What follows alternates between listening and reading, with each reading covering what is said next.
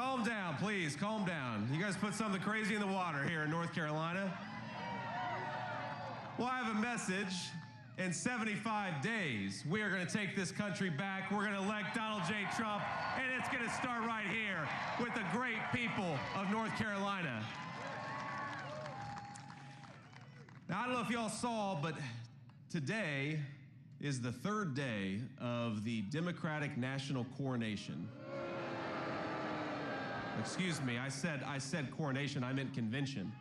Sorry for the confusion, but you know, conventions normally are about nominating people who actually win elections. And Kamala Harris hasn't won a single vote for the Democratic Party, and yet they're going to make her nominee. Now, I watched it last night, and Democrats, they think they've cracked the code for how to appeal to normal Americans. Did you watch last night? Are they going to change their policy? No. But now, they're distributing camo hats with Kamala Harris's name on them. That's their strategy for appealing to rural voters and veterans, is a camo hat with Kamala Harris's name on it. Now, you know what I think would appeal to rural voters and veterans, Kamala? Not having a running mate who lies about his service record. Why don't we try that? You see, Tim Walz says that he served in a war zone. And it turns out the closest he ever got to war is when he let rioters burn down the city of Minneapolis under his watch in the summer of 2020. Remember that? Now let's just reflect, now that we're in day 3 of the Democrat National Convention, how bizarre it is that they're doing some of the things that they're doing. Normally conventions, they celebrate nominees who are elected by the people. And let's remind ourselves, how many votes has Kamala Harris won in the Democratic primary? Zero. That's exactly right. 10 million illegal aliens, but 0 votes. That is the record of Kamala Harris. Now remember, the party bosses installed Kamala Harris because they can control her. That's all this is about. Her agenda is not an agenda for the American people. It's an agenda for the people who have gotten rich off the decline of this country, and we are not going to take it. Are we? Now remember, it was her donors, it was Kamala Harris's donors who got rich when we shipped millions of manufacturing jobs off to China and other countries. Americans, we got poor. Her donors got rich when America printed trillions of dollars to fund her green scam policies, but Americans, we paid higher prices for groceries and housing because of it. And now her party wants more power, and the way they're going to do it is that she wants to give all those illegal aliens the right to vote.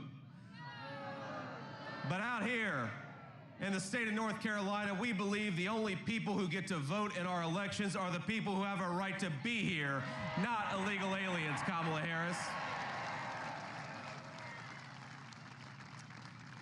And this November, starting right here in the great state of North Carolina, we're going to send a message to the corrupt leaders of this country. We do not need a president selected by power brokers. We need a president for the people, and that's why we're going to send Donald J. Trump back to the White House.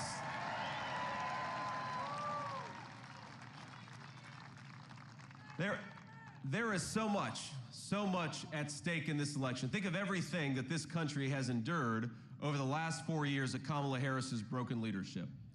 Prices are up and wages down. Our borders are wide open, but we've had a lot of factories closing down.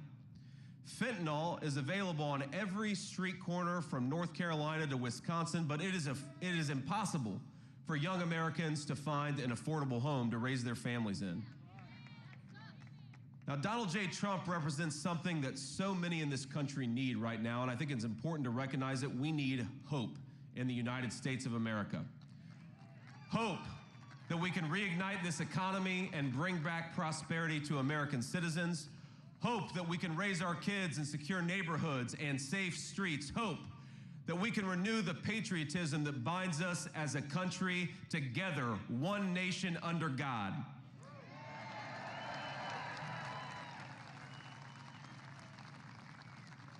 My friends, for a lot of us, For a lot of the people that we fight for, the American dream seems out of reach today, the most out of reach it's been in a generation. But in 75 days, we're going to save the dreams of every single American, and it will mark the beginning of the future all of us deserve, and we're going to do it together.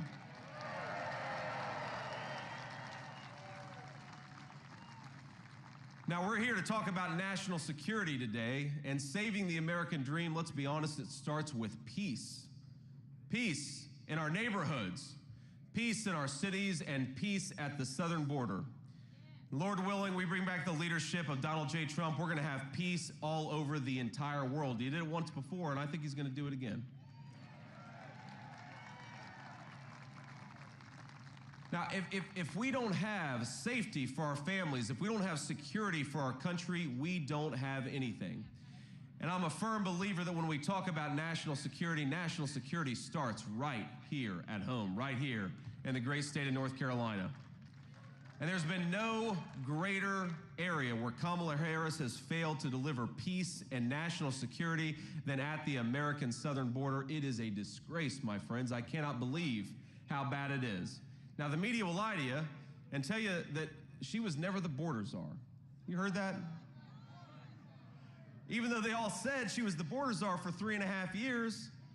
And remember that as border czar, Kamala Harris has allowed a literal invasion of this country, more than 10 million illegal aliens, and she's refused to deport the people who are already here. So that makes about 25 million illegal aliens that are in this country right now. Now, our brave Border Patrol officers, they plead, they beg for her support. I was down there at the southern border and I saw it. Giant sections of President Trump's border wall sit right there, rusting, waiting to be installed, but she refuses to do her job. And you think it's bad now? If we give Kamala Harris a promotion and make her the president of the United States, the southern border is going to look like Walmart on Black Friday, ladies and gentlemen. It's going to be no good, no fun at all. Now, while she offers amnesty for the people who've broken our laws, we have a different message. President Trump and I have a different message. To all the criminal illegals who flooded across Kamala's wide open southern border, pack your bags because in 6 months, you are going home.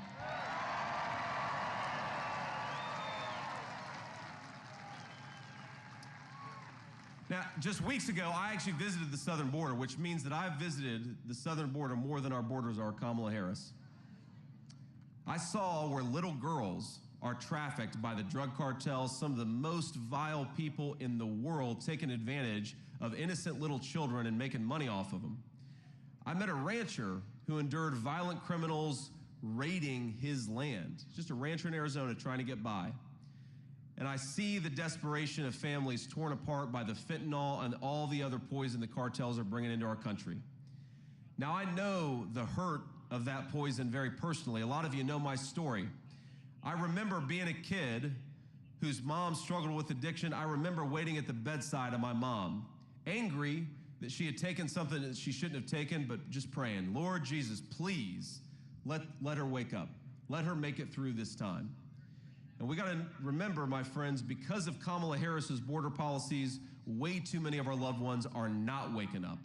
Way too many kids have been orphaned. Way too many grandparents are raising kids they didn't expect to raise because Kamala Harris allowed the drug cartels to wage war on this country. I think it's time to wage war on the drug cartels, and that's going to start with Donald Trump's leadership.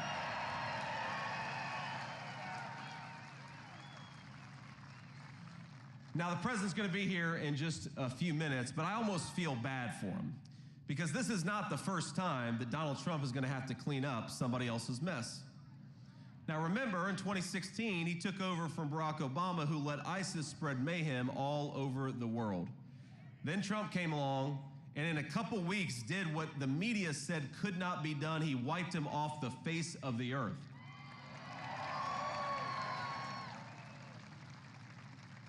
And remember, when we win this November, and it's going to start right here in North Carolina, I think the cartels are next. We're going to do just to them what Donald Trump did to ISIS.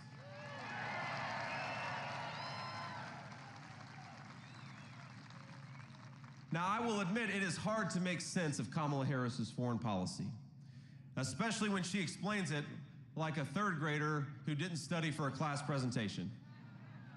Have you ever seen Kamala talk about the Ukraine-Russia war? I'd recommend you go and see it, but wait until November, because you're going to lose about 20 IQ points when you watch Kamala Harris talk about Russia and Ukraine, and we need that over the next few months. We need you guys in top form, so don't watch it just yet. But she'll say, well, Ukraine is a country in Europe, and Russia's a country in Europe. And then you say, okay, well, what comes next, Kamala? And the answer is nothing comes next, because she doesn't know what the hell she's talking about.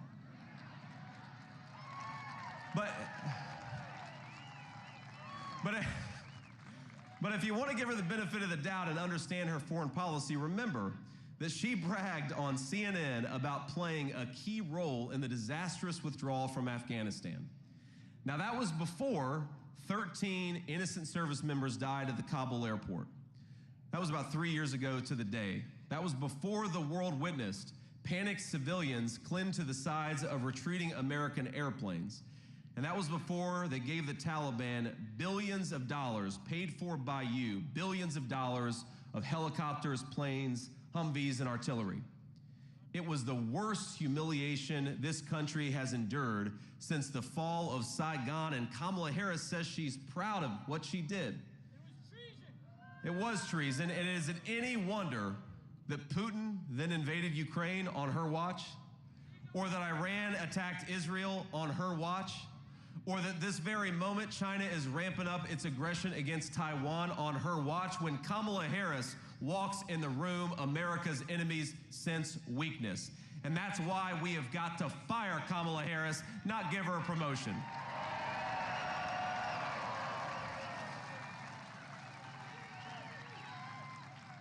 Now, she wants to represent America all over the world, but she's terrified to face a friendly media. Does anyone think that the person who runs from the friendly American press could stand up to Vladimir Putin or Kim Jong-un or Xi Jinping? Of course you couldn't.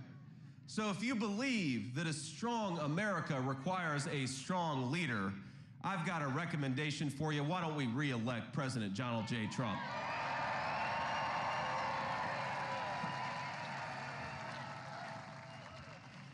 And while we're on the topic, don't send her stolen valor sidekick. Send a former Marine. Send JD Vance to be vice president.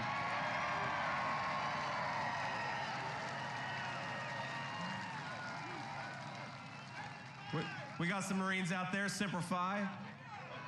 Now, Kamala Harris, she gets really mad when I bring up the stolen valor of her running mate. But let me tell you why it matters. Every single person here understands why this matters. Here's the record on Tim Walz, the governor of Minnesota. He dropped out of the military and allowed his unit to go to Iraq without him. And he knew they were going to Iraq. He lied about it, but he knew they were going to Iraq. Even his chaplain called him a coward. And those of you who served in the military know the chaplain is the nicest person in the unit. If the chaplain is calling you a coward, you must have really screwed up. He claimed to carry a weapon in war, but you ask him, Tim, what war have you ever been in? And the answer is he's never been to a single war. He lied about it.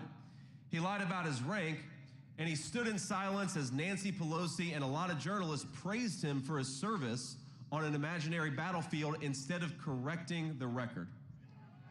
What won't stolen valor Tim Walz fib about? In fact, I believe at his next speech, he's probably going to say he survived an assassination attempt in Pennsylvania. I think that's what Tim Walz is going to claim next time. Now look, we don't criticize, and this is where the media is dishonest here, we don't criticize Tim Walz for his years of service in the National Guard. We condemn him for lying about that service for political gain. It's disgraceful, and nobody should tolerate it. Now, Tim Walz needs to not only explain why he abandoned his Guard unit, he also needs to explain his bizarre love affair with China. Have you seen this? This guy's been to China more than the U.S. ambassador to China. He got married in China. He visited China over 30 times. He honeymooned in China. He taught a course approved by the Communist Party in China. He even brought American high school students with him on visits to China. Now I know, and we all know, that Kamala Harris wanted to outsource our factories and jobs to China, but I didn't expect her to outsource the selection of her running mate to China too. But here's the problem in choosing him for vice president. It's not just about Tim Walz, it's about Kamala Harris's terrible judgment. We do not need a president with terrible judgment. We need Donald J. Trump back in the White House. Nothing matters in national security and foreign policy more than judgment, because nobody knows what's going to happen. Nobody knows what crisis is going to erupt over the next 4 years. And I got to be honest with you, my entire adult life has been shaped by presidents who threw Americans into unwise wars and then failed to win them. And if we're being honest, it wasn't just Democrats, it was sometimes Republicans too. And what did Donald Trump do? He stood up to the chicken hawks. He bucked the foreign policy establishment. Even sometimes he resisted pressure from within his own party. In President Trump's 4 years in office, we had 0 new wars.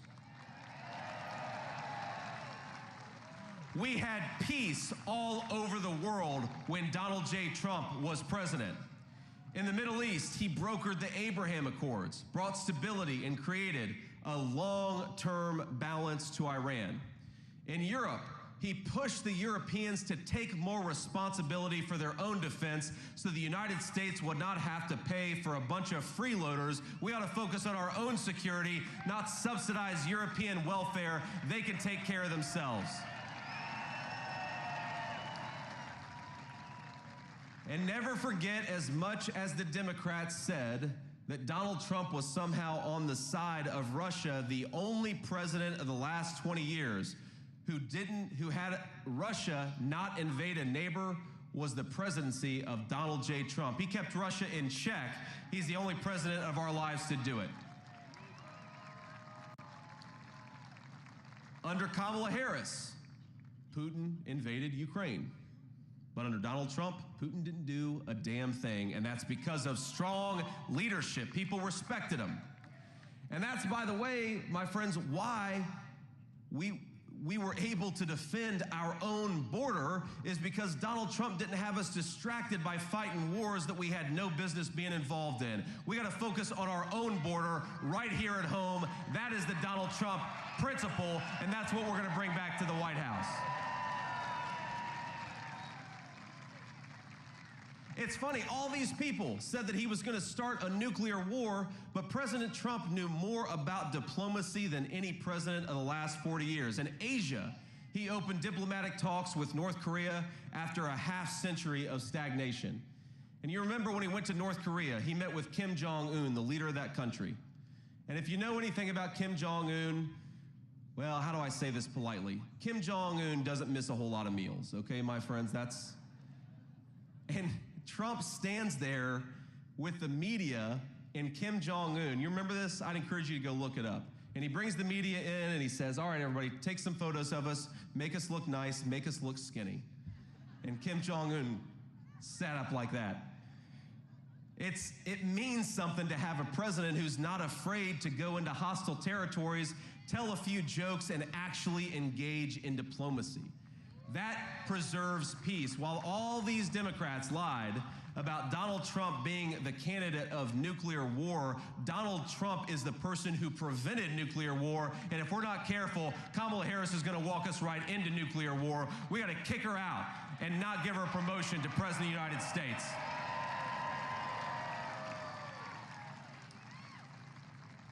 And maybe the most important thing Donald Trump did is he began the process of ending America's economic reliance on China. The most important thing, because Donald Trump understands economic security is national security. The whole world knows that China doesn't have better workers than America, but they're willing to lie, cheat, and steal to win. They lied about unleashing COVID-19. They cheat and they ignore trade rules, and they steal America's intellectual property. Now, Kamala Harris lets China get away with all of it, and China Tim helps her. Donald Trump isn't going to let China steal a damn thing. He's not going to let them steal our factories, not going to let them steal our jobs, not going to let them steal the American dream from American workers. Donald Trump will not allow America to be dependent on Chinese medicine for our children. That's a big thing. You know, so much of what we put into the bodies of our children is made in China. Doesn't make any sense. And Donald Trump will tell China that if they don't stop sending fentanyl into our city, there is gonna be hell to pay. No more of that crap. We need somebody who stands up for American workers. Now, the establishment loves to complain about President Trump's approach to diplomacy. They don't like the way that he talks. Have you seen this? Why is it that our leaders are so careful with their words but so reckless with their actions? I prefer a different kind of statesmanship, one that stands up to the crowd, one that stands for American interests, and that pursues those interests ruthlessly but also carefully, with strong words and the strongest military in the world, but with great restraint to balance it out. Donald Trump's presidency was the first disruption to the failed consensus and the terrible consequences that it wrought. So I say, let him whine about Donald Trump's tweets. Because let's be honest, folks, mean tweets and world peace has a pretty nice ring to it. I think we ought to bring it right back.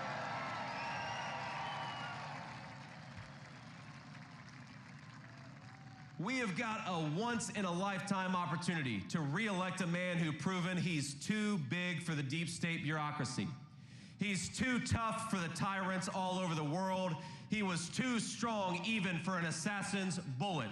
Ladies and gentlemen, let's return to a time when the bravest man leads this nation with strength. That man is Donald J. Trump. He was the once president of the United States, and we in North Carolina, we're going to make him the future president of the United States. God bless you, North Carolina. Thank you. Let's win this race. Let's do it together. God bless you all.